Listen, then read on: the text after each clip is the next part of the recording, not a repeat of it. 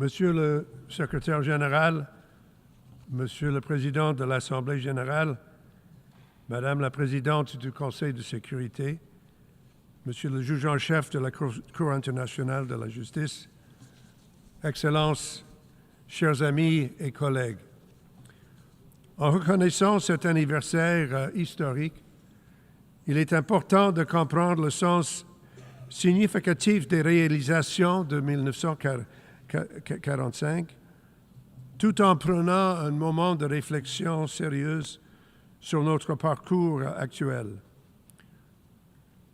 Quand on considère que les experts retracent désormais notre existence en tant qu'espèce à 300 000 ans et la révolution néolithique à 12 000 ans, il convient de se rappeler, comme je le dis souvent à mes petits-enfants, que 80 ans, ce n'est pas vieux.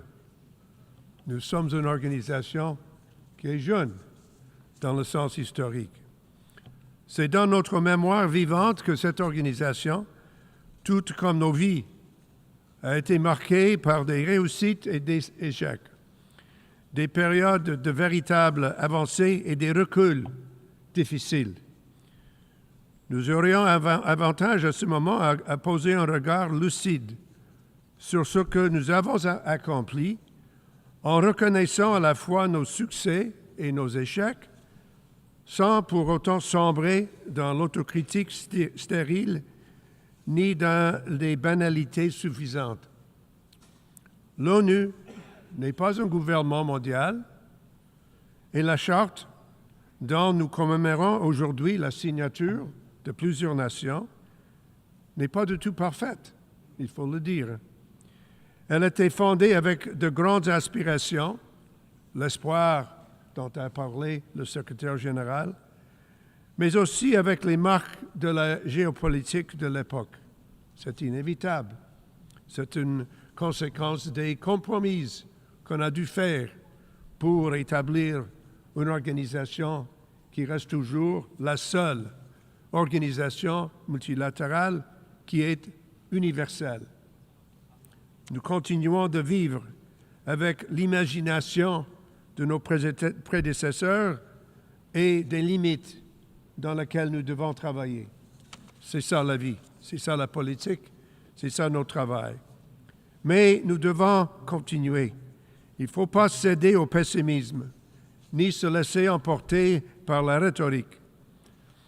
Lorsqu'on a demandé à Benjamin Franklin quelle forme de gouvernement avait créé la Révolution américaine, il a répondu sagement. Il a dit « Une république, si nous pouvons la conserver ». On dirait la même chose de la Charte.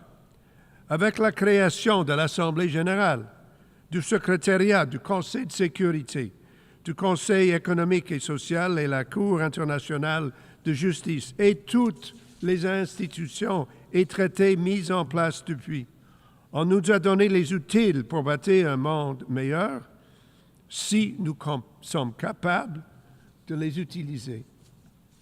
C'est le grand philosophe Blaise Pascal qui a bien décrit le dilemme qui nous entoure. La justice sans la force est impuissante.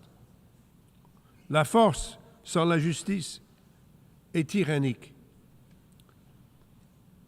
Pascal's embrace of the profound irony that without enforcement, justice is impotent, but that power without justice is tyranny, is still the central dilemma that surrounds us in all the work that we do.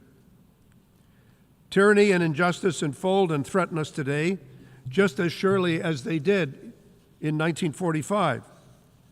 But like the great generation that struggled with the Depression, the rise of fascist and communist dictatorships, and then fought a bitter and devastating war, our own times require our commitment to values and principles in a spirit of achieving the possible, but never ceasing to seek the better. I would remind us all that human rights and economic justice, and here I speak as president of the Economic and Social Council, are as much a part of the Charter as peace and security.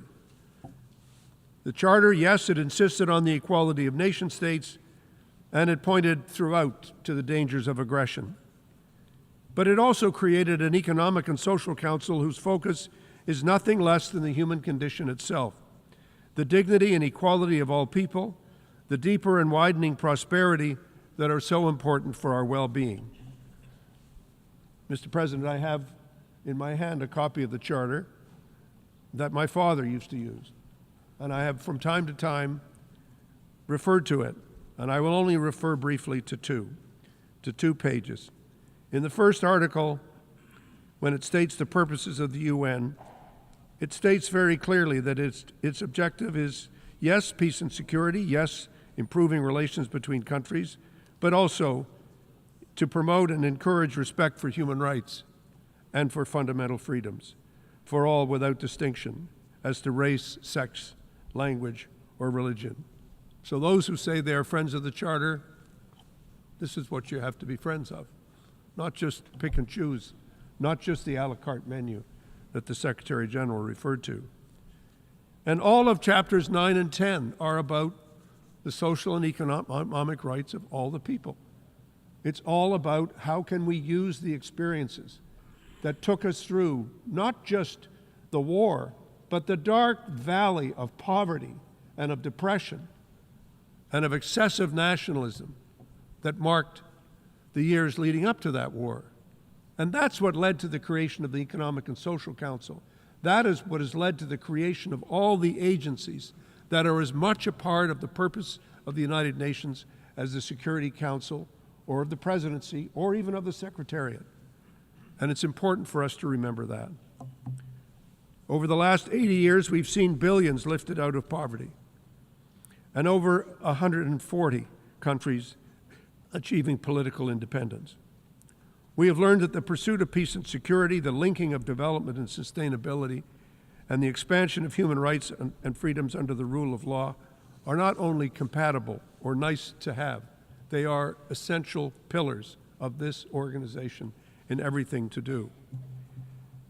The network that we have built, which we are now seeking to reform under the program of UN 80, the network we've created is there for a reason. It's not to subsume nation states, it's to strengthen nation states. It's to allow and permit and provide the resources that allow nation states to do what they want to do.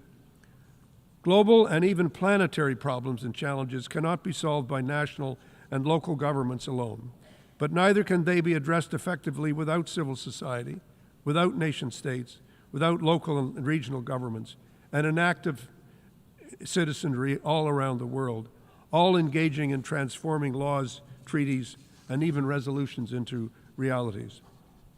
It was the great Jawaharlal Nehru who once said that he regarded the Commonwealth, which India joined upon independence, as independence plus. We should see the UN in the same spirit, not as the enemy of sovereignty, but rather as its enabler. As we renew our vows, as it were, today, the vows that some of us made in 1945 and all of us made at some point since that time, accepting the Charter in all of its strengths and all of its weaknesses, but accepting the principles that are there.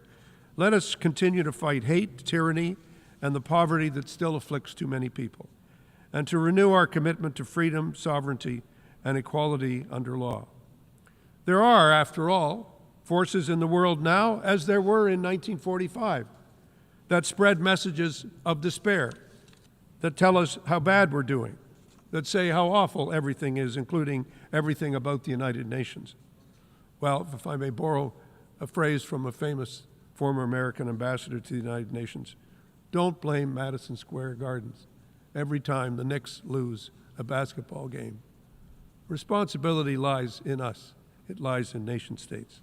And so we have to continue to fight against misinformation and lies and to take back the dark night that denies the light of truth, rationality, science, and the rule of law.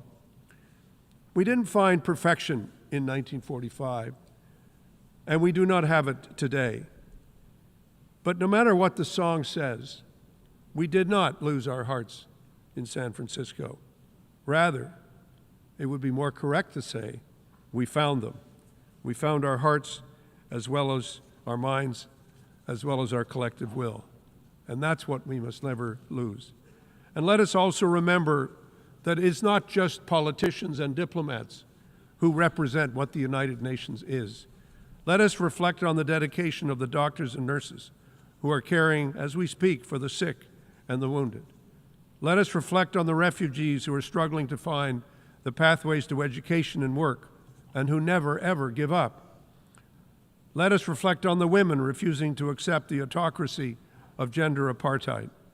Let us celebrate the innovators and entrepreneurs excited by the potential of new technologies and new discoveries. We must continue to have, as they have, the courage and heart of good people. We have the skills of people who know how to build things, who know how to make things, who know how to improve things. And we have the persistence of all those who have taught us never, ever to relent in the face of cruelty, neglect, complacency, and cynicism. Let us, instead of seeking perfection, which we will never find, let us rather embrace the beauty of the broken, to see that failure is the essential step in learning how to pick ourselves up and succeed.